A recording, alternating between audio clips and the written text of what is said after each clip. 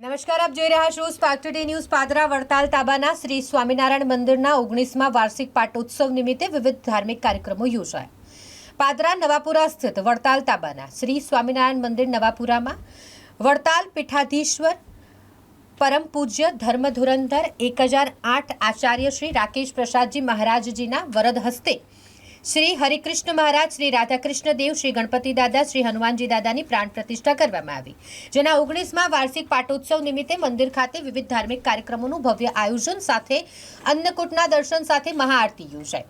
વહેલી સવારે નગરમાં પ્રભાત ફેરી થઈ. ત્યારબાદ શ્રી બાળા ઘનશ્યામ મહારાજને વિવિધ દ્રવ્યોથી અભિષેક કરવામાં આવ્યો. વિશેષ કેસરનો અભિષેક પણ કરવામાં આવ્યો. આ પ્રસંગે કુંડળધામથી પરમ પૂજ્ય સદગુરુ જ્ઞાન જીવનદાસજી સ્વામીએ ટેલિફોનિક રૂડા આશીર્વાદ આપ્યા હતા, જેમાં મનુષ્ય દેહ મળ્યા પછી ભગવાનનું ખૂબ ભજન કરવા, સંપ અને આત્મીયતા રાખવા, બાળ સભા દ્વારા બાળકોને સારા સંસ્કારો આપવા, પ્રભાત ફેરી આદિક જે પ્રવૃત્તિઓમાં પાદરા મંદિરના ટ્રસ્ટીઓ પ્રોત્સાહન અને સાથ સહકાર આપે છે, તેમના ઉપર રાજીપો વ્યક્ત કર્યો હતો. પૂજ્ય જ્ઞાનજીવનદાસજી સ્વામીના સંતો પૂજ્ય રામદાસજી સ્વામી તથા પૂજ્ય પ્રસન્ન વંદન સ્વામીએ અભિષેક સહિત કથા વાર્તાનો લાભ આપ્યો.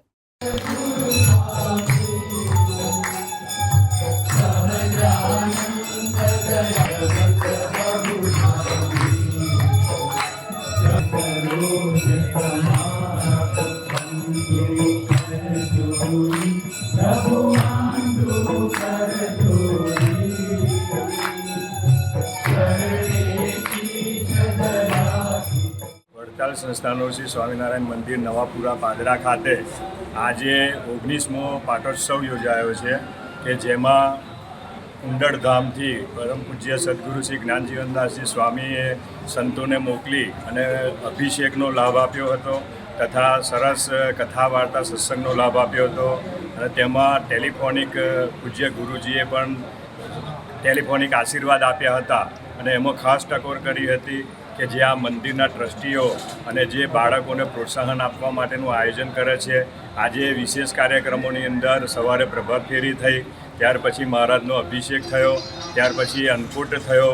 અને જે આ સત્સંગનો દિવ્ય લાભ સંતો દ્વારા મળ્યો છે, તો આપણા જીવનની અંદર સંતોએ કહેલી વાણીને આપણે અનુસરીશું, મોબાઈલનો દુરુપયોગ નહીં કરીએ, બાળકોને સારા સંસ્કાર આપીશું, અને આ રીતે જો આપણે જીવન જીવીશું તો બધા જ બાળકો સુખી થશે અને આપણે સત્સંગ પરિવાર પણ બધા જ ખૂબ સુખી થશો.